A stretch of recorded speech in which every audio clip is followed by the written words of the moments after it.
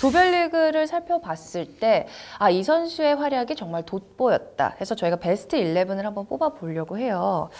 자, 어떤 선수의 활약이 가장 돋보였나요? 조별리그에서만 6경기 그렇죠. 활약을 놓고 그렇죠. 봤을 때 그렇죠. 활약입니다. 전체적으로는 아스날 선수들이 조금 있고요. 네. 그리고 이제 좀 유명한 선수들이 좀 많은 편이긴 합니다. 공격진부터 해볼까요? 네, 저도 한마디만 하고 저는 조금 덜 유명한 선수들도 많은데 네. 아스날 선수는 2명이 있습니다. 네. 네, 그 아스날 선수 2명을 조별리그 베스트 11에 넣지 않는다면 그것은 조별리그를 보지 않은 사람입니다. 그렇죠. 네, 네, 그만큼 2명은 반드시 들어가야 됩니다. 네. 아스날이 아주 좋은 활약을 해줬고요. 저는 최전방에 카바니 선수를 베스트에 선점을 했어요. 네, 카바니. 특히 파리 상제르맹이 역시 아스날과 1, 2를 다투는 상황에서 파리 입장에서는 아스날전이 상당히 중요했고, 이제 저희가 프리뷰 때도 얘기를 했습니다만 카바니 선수가 어떻게 하느냐가 파리 상제르맹은 제일 중요했다. 공백들이 있기 때문에 질라탄 선수나 카바니 선수가 아스날전, 중요한 아스날전 첫 경기에서 선제골을 넣었고 두 번째 경기에서도 무승부를 이루는 데서 또 선제골을 넣었습니다. 아주 중요한 경기에 득점을 했고 실제로 조별리그에서 6골, 또 골도 상당히 많이 넣었습니다. 그래서 카바니 선수가 지금 리그에서도 합쳐서 상당히 많은 골을 넣는 좋은 폼을 유지하고 있는데 카바니 선수를 저는 최전방 공격진에 배치를 시켰어요. 네. 저도 최전방 하면은 저는 최전방 2명인데 저는 도르트문트의 오바메양 선수. 네. 6경기를 다 뛰지는 않았지만 골 분포가 굉장히 고르게 들어갔어요. 그러니까 오바메양 선수가 뛴 경기에서는 뭐 대부분 골이 들어갔다 할 정도로 카바니 선수보다 물론 골 수는 조금 적습니다만 오바메양 선수의 최근에 물오른 기량, 레알 마드리드전에서도 잘했죠. 오바메양 선수를 넣었고, 그리고 또 한 명의 스트라이커는 리오넬 메시 선수입니다. 메시를 스트라이커로 10골 넣은 선수를 뭐 안 뽑을 수 없죠. 네. 저도 메시가 있습니다. 저는 4-2-3-1 전형을 구축을 했고요. 포지션이 조금 다르네요. 요번에는 제가 오랜만에 엽기적 전술로 돌아왔습니다. 제가 최근에는 오히려 좀 교과서적인 포메이션으로 하고 이런 올스타 뽑을 때 장 의원님이 오히려 3백 이런 걸 많이 쓰셨는데 제가 몇 년 전에 제가 많이 하던 3-2-3-2 포메이션입니다. 3-2-3-2요. 3-2-3-2. 네. 그러니까 이제 영어로 하면 MM 포메이션처럼 될 거예요. 네. MM. 저는 그냥 4-2-3-1 형태에서 네. 메시가 오른쪽 윙포드 배치를 했고요. 메시 선수는 뭐 말씀해 주신 대로 이번 조별리그에서 엄청나게 많은 골을 넣었죠. 그리고 왼쪽 윙포드로 산왕, 산체스. 네, 알렉스 산체스를. 근데 메시랑 같은 팀이잖아요. 메시도 있잖아요, 지금. 네. 메시가 없어야 뭐 산왕 아니에요? 근데 저도 있어요, 저도. 메잇, 산잇. 네. 메시가 있거나 없거나 산체스도 있다. 네. 죄송합니다. 제가 그거를 메시가 있다는 걸 지금 간구하고 산왕이라고 했네요.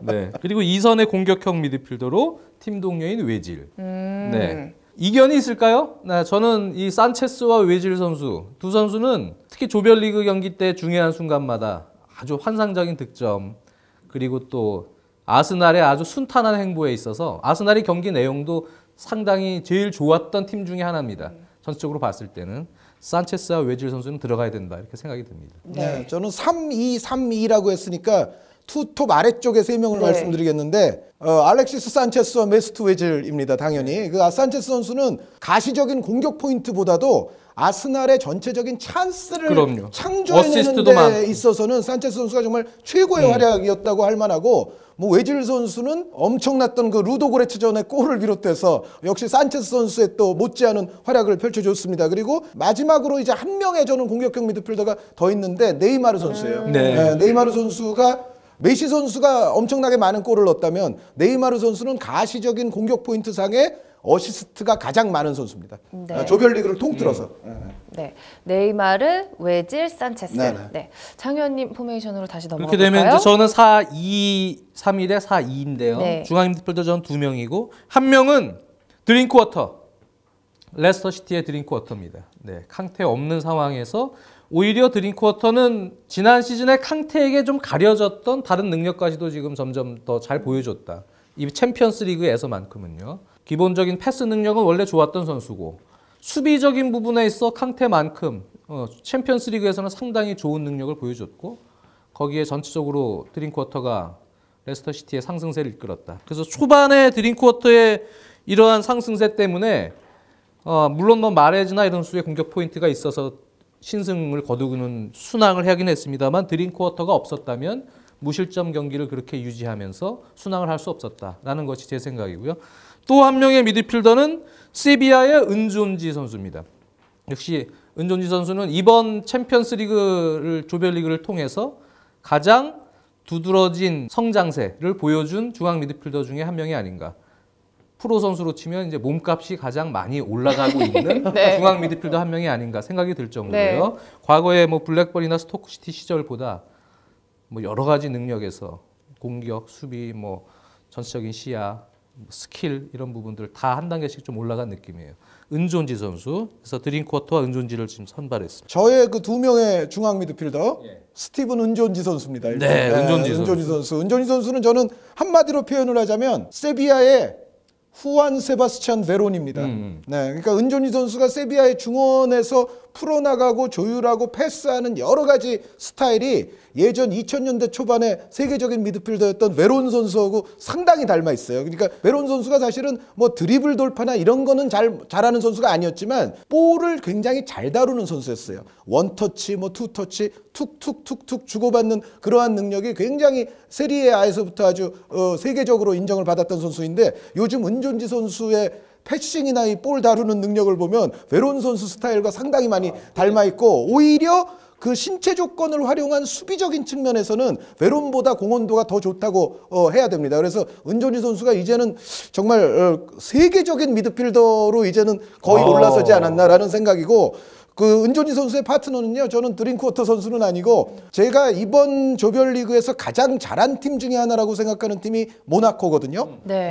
모나코의 파비뉴 선수를 저는 파비뉴 선정을 좋죠. 했어요. 아주 멀티플레이어로 아주 만능형 선수라고 볼 수가 있겠고 모나코의 전체적인 빠른 엔진을 또 중원에서 어떻게 보면 그것을 가동케 하는 선수가 파비뉴 선수라고 볼 수가 있는데 이 모나코 얘기 잠깐 나왔으니까 말씀을 드리자면 모나코가 지금 현재 유럽 한 5대 리그를 통틀어서 골을 가장 많이 넣고 있는 팀이 모나코예요. 리그에서만 49골인데 49골이면은 경기당 3.1골입니다. 그런데 이게 제가 한번 적어봤어요. 이게 다른 리그의 유명 팀들과 비교해서 어떻게 어느 정도로 많은 골인가 적어봤는데 레알 마드리드가 2.6골 나와요. 리그 골수가. 네.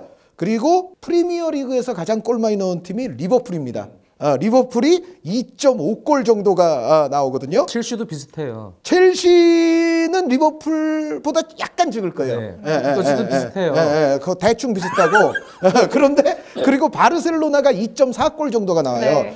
그리고 도르트문트가 굉장히 많이 넣는 것 같은데 도르트문트도 2.4골 정도입니다. 그러니까 모나코가 엄청 모나코가 프랑스 리그가 게다가 전통적으로 골이 그렇게 많이 터지는 그러니까요. 리그가 아니고 오히려 평균 득점으로만 보면 가장 낮은 리그 축에 속하는 게 프랑스 리그인데 여기서 지금 3.1골을 넣고 있다는 것은 모나코 자체가 지금 상당히 대단한 팀이 됐다.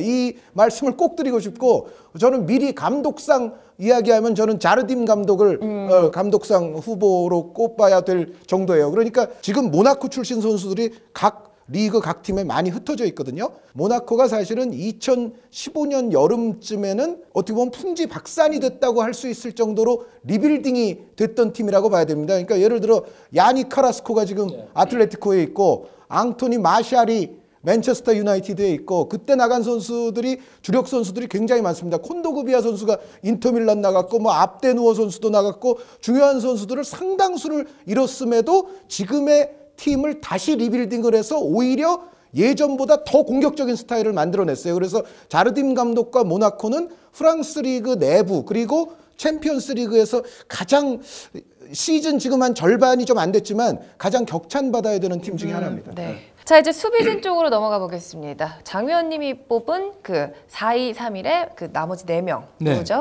저는 포백에 다 유명한 선수들입니다. 왼쪽에는 필리페 루이스, 오른쪽엔 알베스, 센터백에는 코시엘리와 바란. 오, 아스날 3명. 네, 아스날에서 3명이에요.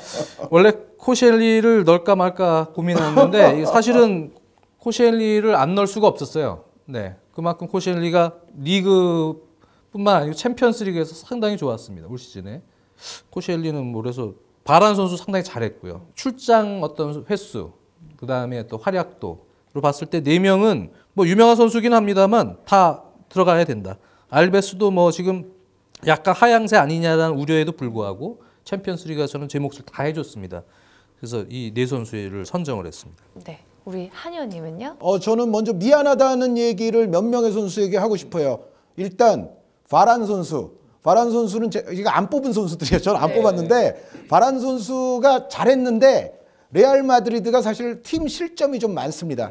그래서 그런 부분 때문에 약간 바란 선수가 제외를 했고, 그리고 이제 보누치 선수라든가 세비야의 파레아 선수도 굉장히 잘했어요. 그리고 아틀레티코의 고딘 선수 역시 지난 바이에른 뮌헨 분석 때 말씀드렸습니다만 뭐 여전히 잘해줬고, 지금 말씀드린 파레아, 고딘, 바란, 보누치 사실 다 들어갈 수 있는 선수들인데 요번에는 조금 제외를 했습니다.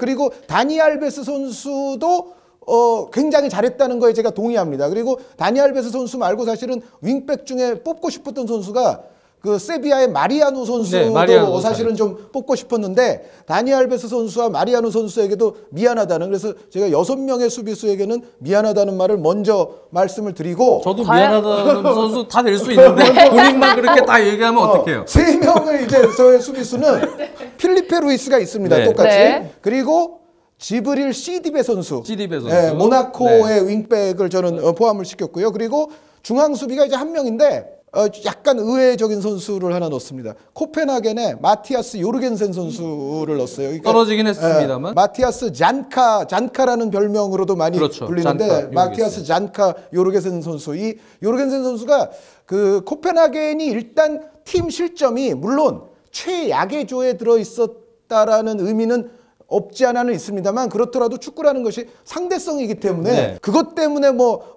코펜하겐이 실점이 적은 것이 평가절하될 필요는 저는 없다고 생각을 하고, 전체적으로 이번 조별리그에서 가장 실점이 적은 팀 셋이 어디냐면 아틀레티코 마드리드, 유벤투스, 이 두 팀은 근데 좀 예상이 되죠. 네. 원래 실점이 좀 적을 것으로. 그리고 코펜하겐이에요. 코펜하겐. 요 세 팀이 2실점씩밖에 안 했어요. 그래서 수비에 있어서 특히 클리어런스, 이른바 걷어내기, 이런 혹은 뭐 블로킹이라든가 이런 부분에 있어서는 이 마티아스 요르겐센 선수가 조별리그에서 엄청난 활약을 했고요. 여기에 그 요르겐센 선수의 또 장점이 어떻게 보면 저 수비 라인의 은존지예요.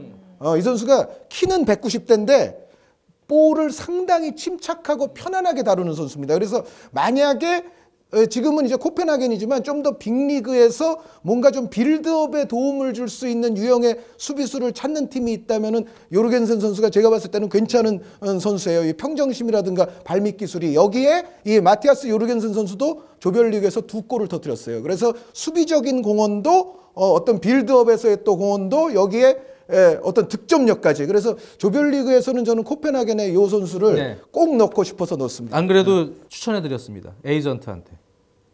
K리그 클래식. 마티아스 요르겐센 예, 선수. 수원 삼성이나 이런 지금 수비수. 그 몸값이 그렇게 높진 않아요. 아직은요.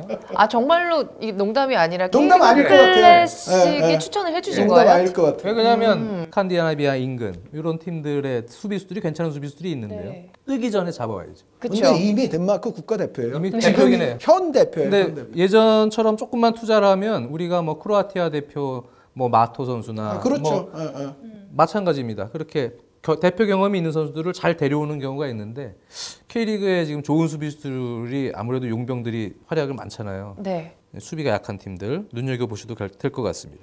알겠습니다.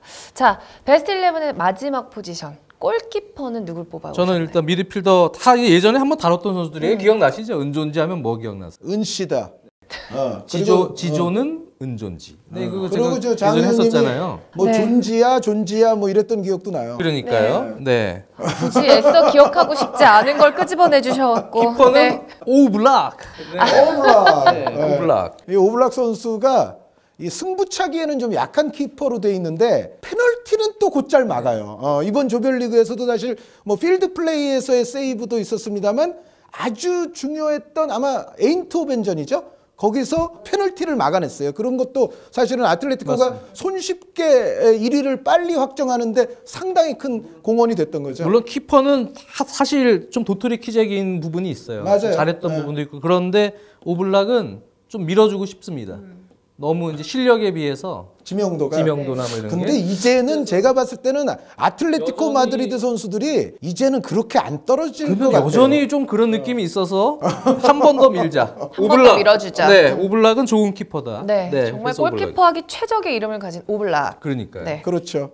근데 저는 고딘 선수도 빼서 아까 미안하다는 명단 안에 집어넣는데 오블락 선수에게도 좀 그래서 그건 미안하셔도 돼요. 왜 계속 사과를 하세요? 오블락 선수 굉장히 잘했어요. 네. 오블락 선수 잘했고 부폰 선수에게도 좀 미안하고 카스퍼 슈마이켈 골키퍼에게도 어차피 조금 못 들어요. 미안합니다. 근데 그 선수들이 정말 우리 방송 꼭 봤으면 좋겠어요. 그러니까요. 우리가 이렇게 네. 배려심 아니, 저는 넘치는 진짜로, 방송이라는 걸 좀 보여주고 싶어요. 그러니까 오블락, 카스퍼 슈마이켈, 제안 루이즈 부폰 이 세 네. 선수에게는 분명히 미안하다고 제가 얘기했어요. 그리고 저의 골키퍼는 그래서 누구냐면 네. 위고 요리스 골키퍼입니다. 요리스. 네, 토트넘이 비록 제가 코펜하겐 3위로 갔습니다만 요르겐센 선수 뽑았듯이 토트넘도 유로파리그로 가게 됐습니다만 요리스 있기에 그래도 토트넘이 그렇게 잘했다. 좀 뿌듯하네요, 저게. 라고 생각이 됩니다. 드디어 한 의원님께서 요리스를 좀 인정해주는 느낌.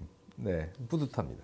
왜 제가 뿌듯하신 요리스를 거죠? 네. 아니 언제- 인정을 원래 했는데 이렇게 베스트로 딱. 베스트에 제가 뽑은 거는 네. 기억상 처음인 것 예, 같아요. 베스트로 이렇게 네, 뽑은 네. 게 처음이거든요. 어쨌든 오블락, 요리스 사실 난영 난제였어요. 그리고 카스퍼 슈마이켈 선수는 6경기를 다 뛰지 않은 그게 약간 걸리긴 하는데 어쨌든 결정적인 경기에서는 특히 코펜하겐을 잘 방어했었어요.